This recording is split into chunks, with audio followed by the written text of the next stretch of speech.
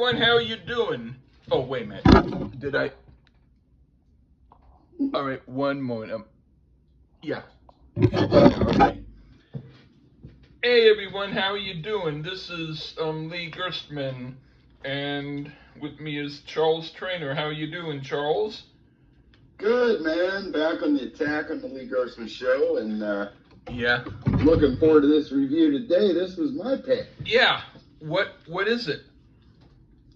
Larry Coryell, the album titled Coryell. Yeah, it's his second solo album. His first one, called Lady Coryell, is also good, but it's kind of like, this one is definitely a really good one, which for a while it was not on streaming, but now it is, along with some of his other albums, which had not been in streaming, but now they are. And so that's cool.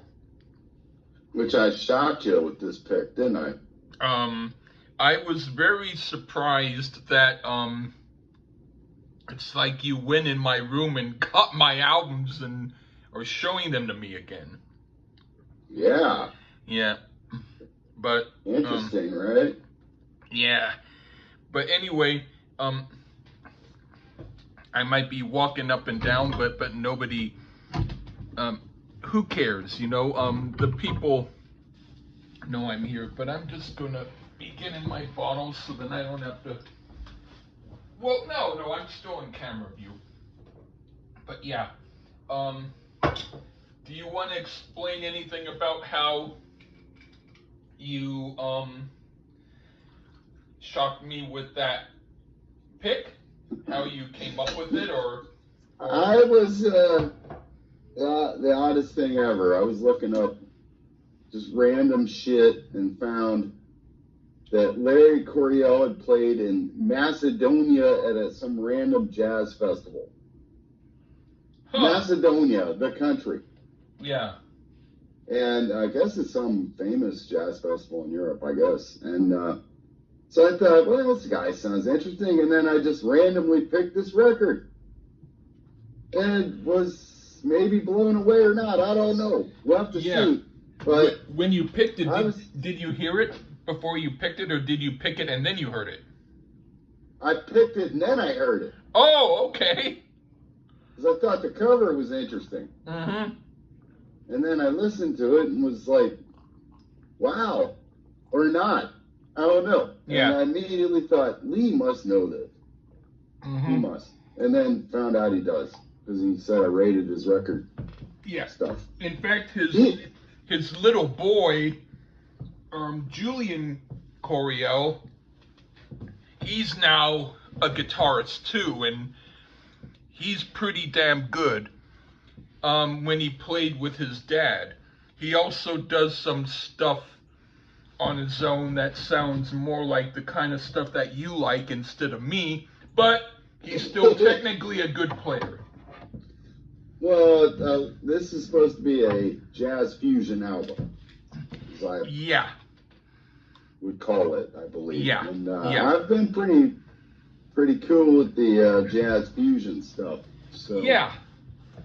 So yeah. That's all I can say. I don't know anything about this guy. I just picked it randomly. Okay. And was lucky. Even a blind squirrel can find a nut every now and then. Yeah. Just like how you found me. Anyway, okay, well, if you want, I'll drive it along, I guess. I got the track listing. Yeah, but I mean, you can go first, but yeah, sure. And I'll do my best to remember the track listing, and if I don't get it, then you can tell me. But okay. The first song, well, it's called Sex. And yeah.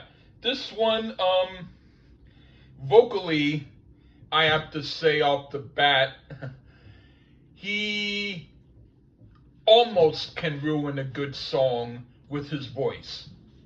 But his playing is so awesome that the song almost drowns out his voice, because this is good party rock. This is the sort of thing that when I was drinking with friends, um, I would just play this loud for them, and they would listen to him go, yeah! Then they'd hear his voice and go, ow! But then they would forget about the voice and go, yeah! And then we would hear it, and it was a cool song. So yeah, this is definitely a highlight on an album with a few highlights. What do you think? Well, I mean, Louie's not great vocals, but that's a fun song, isn't it? All right. For a dude who's considered a jazz player, this one is more in the psychedelic rock vibe for my ears. Yeah. And to be fair, it's considered a fusion album, so I guess it makes sense. And I do feel like rock fans would be in this track. Now, I like Larry's vocals. I thought they were pretty cool here. Okay. He hollers this with reckless abandon. That's the key word, hollers. Yeah. Which matches the subject matter well. The guitar solo is real excellent. Downright smoking once he gets away from the wah, but even the wah-wah section is real good. Yeah. Again, more of a rock track to my ears, but this is the kind of jazz fusion I can get into. Excellent opener. Yeah. All right. The next song is Beautiful Woman. Yeah. Yeah. And what do you think of that one? I do hear more of a jazz feel to this one, but with some outstanding guitar breaks that have a rock feel. So it's definitely a fusion track. More so than the opener for me, believe it or not. The drums are pretty relentless, especially in the cymbal work here.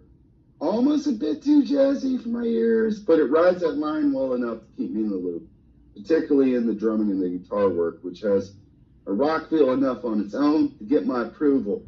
Just slightly below the opener for me, but a decent song here. Yeah. You know what? So far, everything you said, I actually match you in feeling. I mean, it's a cool song. I like it a lot more now than I used to, but I didn't dislike it. But for me, it seemed like the bridge between two other songs that were better. And it was like it wasn't a song to skip. One friend of mine actually liked the song a lot, and the guitar work reminds me somewhat of Terry Haggerty, and I like the guitar part, and even though it's not as good as some of what George Benson did in that style, it kind of is maybe the closest that Larry Coryell ever would go to maybe doing something kind of like George Benson. Not the George Benson of the pop crooner time, but the George Benson of the good rock, of the good jazz stuff. And so, yeah, this is a song that if I was in a car and there were a lot of not so great songs being played and this came up, it would definitely be an improvement. So yeah, it's decent, not great, but I never skip it. You brought up George Benson. I hate that song on Broadway. Yeah, but we're talking about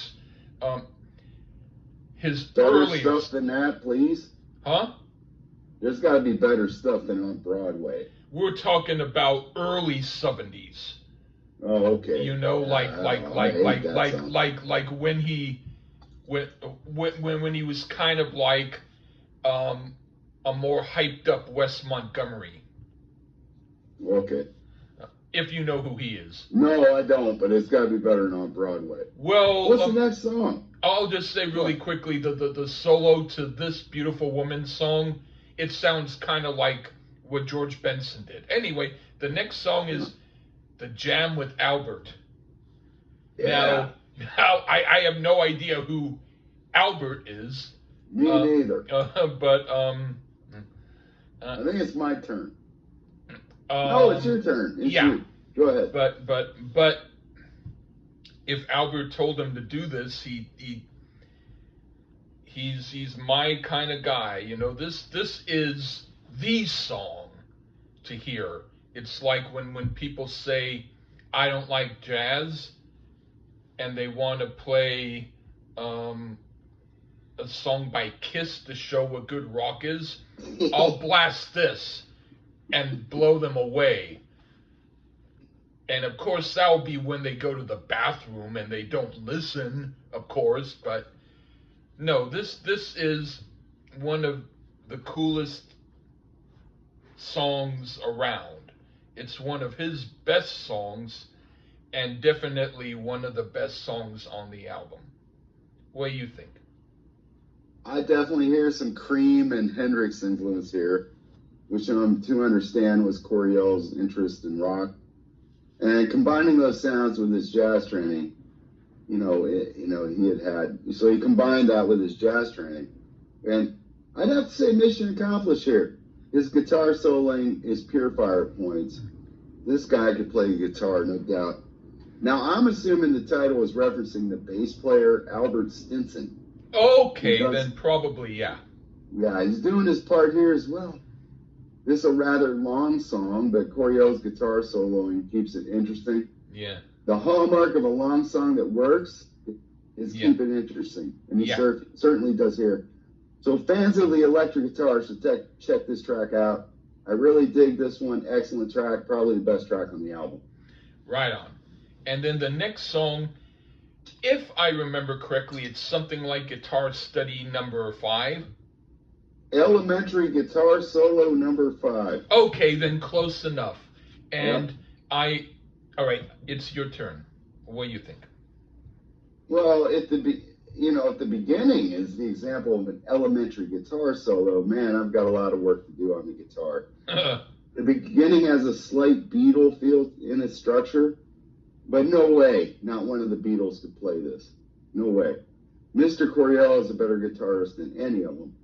Then it shifts to a song that isn't as light and proper as the opening portion. And I can't put a finger on it.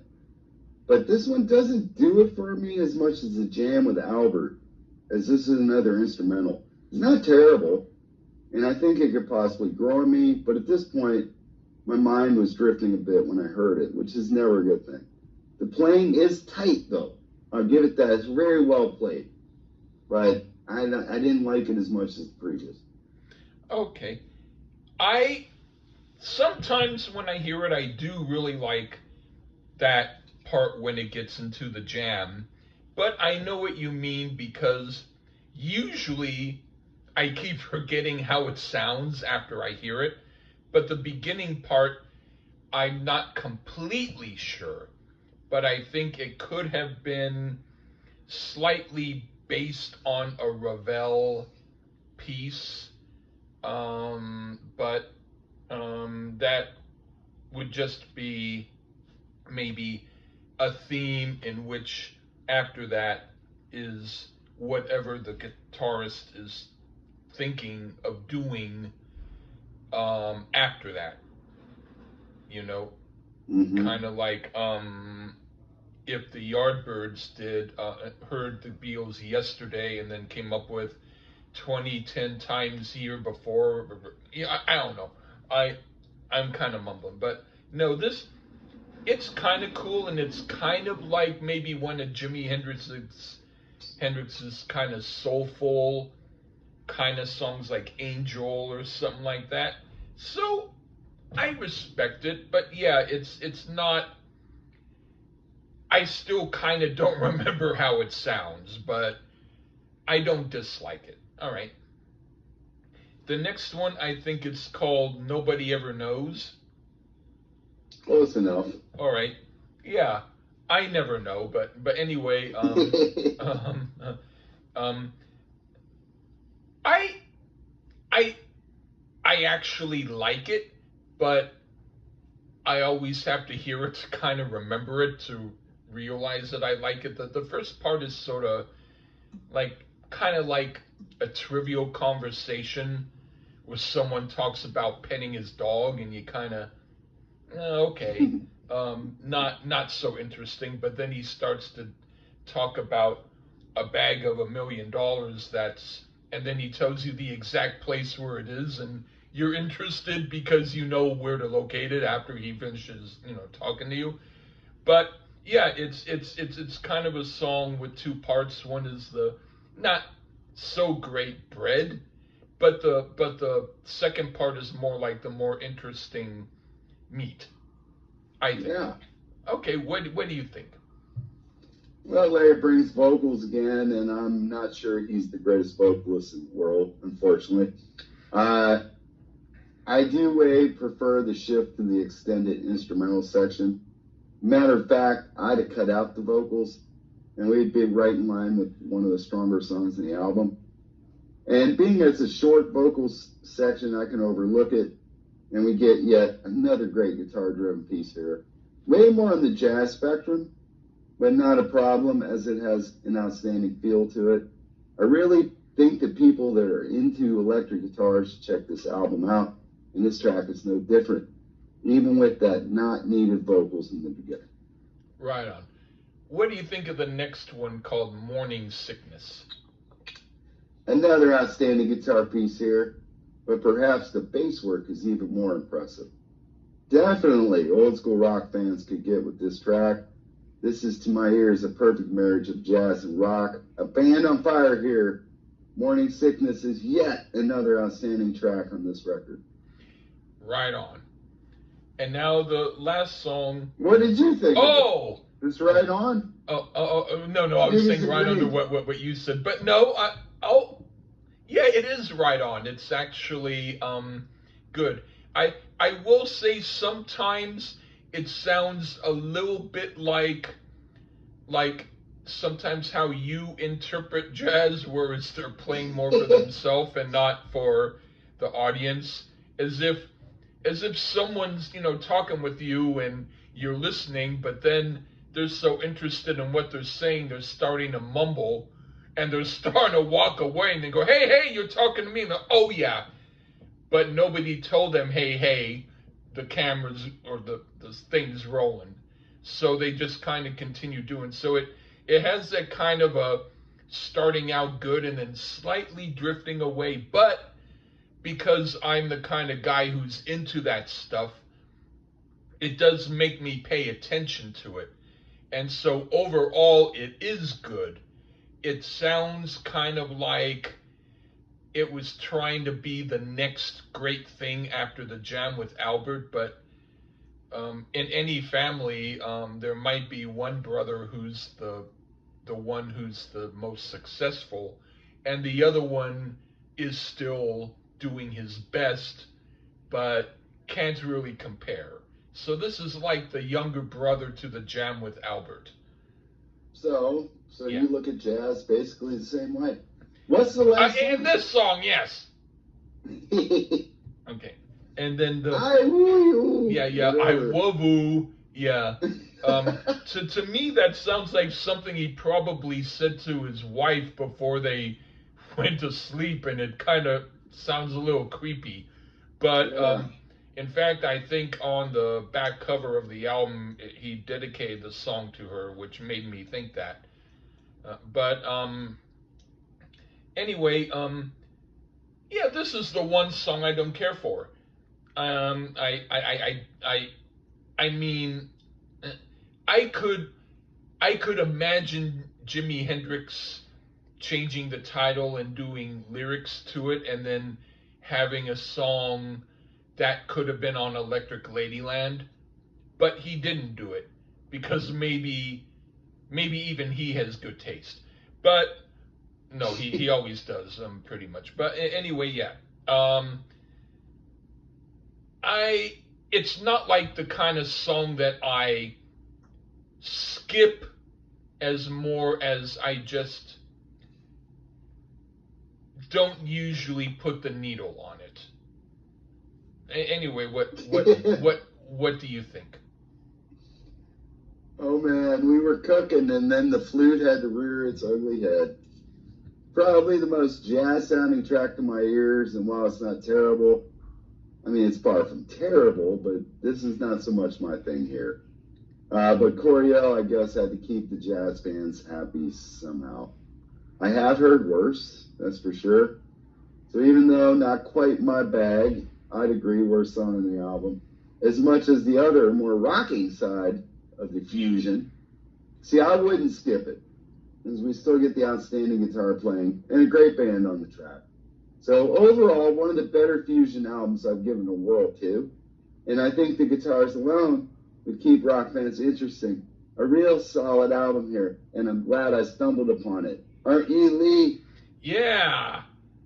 Fuck yeah. Yeah. In fact, when I got this album, I was buying as many albums as many as I wanted to get by him, because there's some albums that he's done which I'm less interested in, but this particular period, I pretty much got as many albums of his as I could, and he even played in a club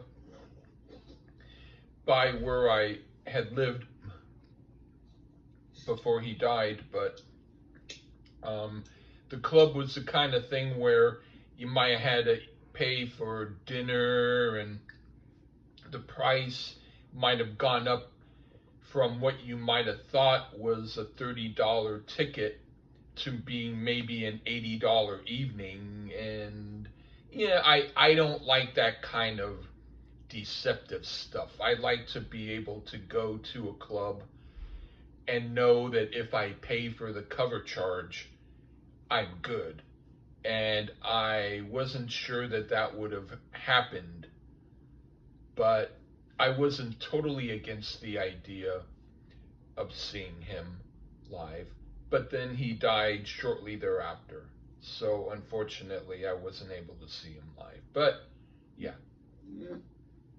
Well, that's sad, and but I have to say, for rock fans on the fence about jazzy stuff, Yeah. this is one to check out. I think you might enjoy it and open your mind a little to something different. Yeah. There, Night Ranger twats. Yeah. Yeah. In fact, telling us about Night Ranger. I should make a picture of an album by Night Ranger called Twats. Yeah. Yeah, and then somehow put the twats on their faces so that it will be the first time ever. Yeah. I promise you that. Yeah, they don't do that too much. Yeah. Yeah, but either way. Well, I'm glad to have done an album that you enjoyed, Lee. Yeah. And he could wing it, folks, and you don't need to know what I'm talking about. Yeah. There you go. Yeah. Wing on Larry Coryell, baby. Right on. Right. Okay, well, thank you, Charles, and take care, everybody. Bye-bye. All right. So I got the